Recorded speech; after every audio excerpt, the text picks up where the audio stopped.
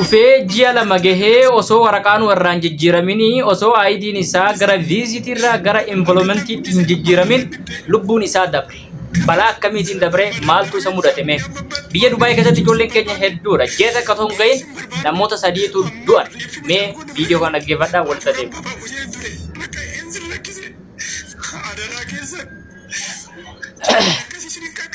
Haadhaaf abbaan isigaa akkasitti marataa jiran. Gurbaan daa'imaa dhufee ammallee ji'a lama hin geenye gana haaraadha. Maatiin waan qabu itti gurguree, sangaa itti gurguree, qabeenya lafaa adda addaa itti gurguree ijoollee kootii naaf jijjiiramuu naaf dabruu jedheeti ergee jechuudha. Dhaggeeffadhaa obboleeyyan kiyya. Biyya Arabaa dhufanii namni sanaan booda ergi biyya Arabaa dhufee akka jireenya rakkoo irraa gara jireenya bal'ootti dabarfameetti ilaala namoonni hedduun. Kun dogongora guddaadha. Biyya Arabaa dhuftee carraan jijjiiramuu keetiidha parsantaa 100 keessaa 30 qofa. Sanuu jijjiiramuu osoo hin taane jireenya kee waa xiqqoo hanga takka fooyyessu. Namni immoo akka beekutti akkasii miti. Gidee biyya Arabaa dhufan waan jireenyi jijjiiramee bakka sanaan booda gaafa biyya jiru takka uffanni har'a kaatame boriin kaatamu akkas akkasii birriin hin kutama shaantaadhaan fuudhama waan akkanaa kana itti namatti himan jechuudha. Garuu dubbiin akkasii miti.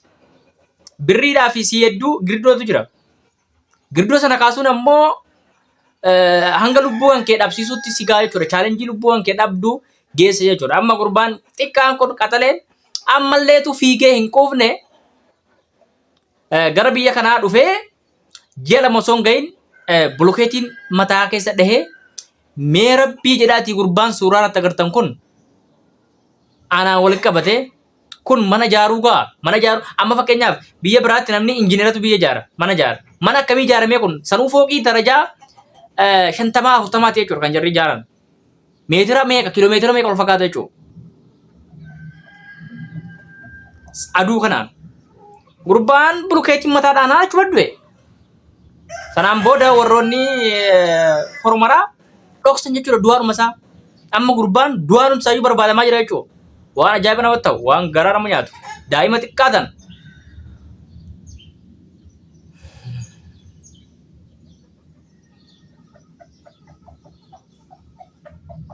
Bini sila qaxalitti kana kichuu kana finu karaadhaa deebite yaa ijoollee akkuma keenya of hin jijjiiredhe biyyaa bahe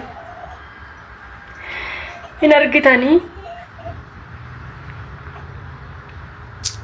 of jijjiiru ate biyyaa baatee biyya ormaa keessatti allaatti ishii nyaata akkanatti kichuu kana dhombosee kana kan nyaattee garaa hin qabne yaa nama nurras bormaan ga'uun beenu maal oreeffamti biyyatti galee biyya itti darbatanii garaa isaanii haa kutatanii haa arganii maaloo rabbumaaf jedhaate viidiyoo kana dasheernaa godha bukkee dhaabbadhaa daraa keessan isin jedha namoota nama gargaaruu danda'an biraan naagaa maaloo haa gargaaranii maaloo daraa rabbii adaraa namummaa sanitti haa ta'u reeffumta isaa fe'amee maaloo garuun biyyaatti haa haatittiin illee ilaalteetuma garaa irraa kutatu ijuma isaati ijuma illee saaxini sana ilaaltee ija irraa kutatu haati dhalte sun jechuudha maaloo fayyaa namaa maaloo darbiina daraa rabbii kanaan isin qabee yaa nama gara tokkoon waanuma nama naasisiisan jedha waanuma nama naasisiisu malee waan arganii dhugaa rabbi waanuma nama qillaati nama kana waan suru malee waan arganii kana kichuu dhombosii kana kalee gahu osoo biddeen yabbuu mana haadha keetiitti nyaattu osoo motorii dhuunfaa keetiitiin bobbaatee galtu osoo dhiqattu osoo dibattu qilleensa Itoophiyaa bareedaa sana keessa teessee biyya hambaan deema jettee yaaddu hirooniyaan kee warri si dura jiran warri waa beekan dhiisi biyya ormaa keessatti miidhamtaa hin duuta obboleessa koo gidee jarisiin jedhan jireenyi ulfaataa dhageessiin jedhan maal jettaati jireenya Itoophiyaa wanti caalu jiraa jetta jireenya Itoophiyaa qabbee haala qilleensaa bareedaa sana nyaattee dhugaa biddeena haadhaaf abbaa keetii kutattee nyaattee gammadaa jiraataatii maatii keetii waliin saa barbaade raftee saa barbaadde ka'aa. Garuu gidee namni akkasiin jedhu jireenya kana caala jiraatan jette gidee dhuftee jettu biyya ormaa birrii 400,000 qabeenya abbaa sangaa lafa yoo duraan nama waaqa butee bajaajii motorii gurgurteeti gara biyya kanaa dhufte jechuudha. Gidee dhufte jireenyi sitti jijjiirama bishaan duraanii dhiqattee dhudduu kan naashuraalii kan uumamaa sun hafee gara bishaan gogaa soogidda baara uwwaatti si jijjiirama. Sanaan booda gaa ati jireenya Itoophiyaa isa biyya jiru sana iyyuu gaa azaaba addunyaa dheeraa turte.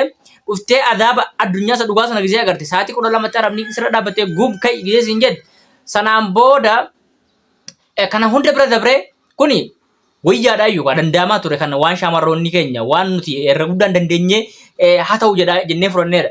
Kana bira kutee amma ammoo biyya ormaa sana keessatti dalagaan dhabamuu, kaampaaniin cufamuu, dalagaa irraa ari'amuu, bakka dhattu dhabuu, kiraa manaa waan kaffalatu dhabduu, waan nyaatu sadarkaa waan nyaatu dhabuu.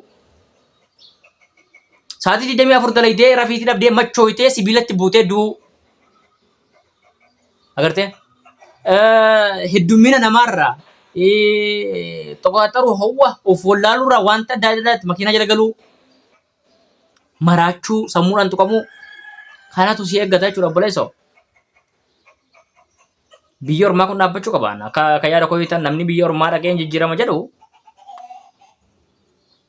gurbaa kanarraa fakkeenya walitti qabdan gurbaa kanaa miti by the way yoo xiqqaate nama sadii du'e ji'a sadii osoo hin gahin godheen gadi gurbaan jimmaa takkan duune ammallee gurbaan shawaa takka du'e jedhamaa jira kun kan wallaggaati. Ni galee akkasii isin jedha kan du'e rabbi waaqayyo lubbuu jara hamaaru isin jechuu barbaada. Let's go.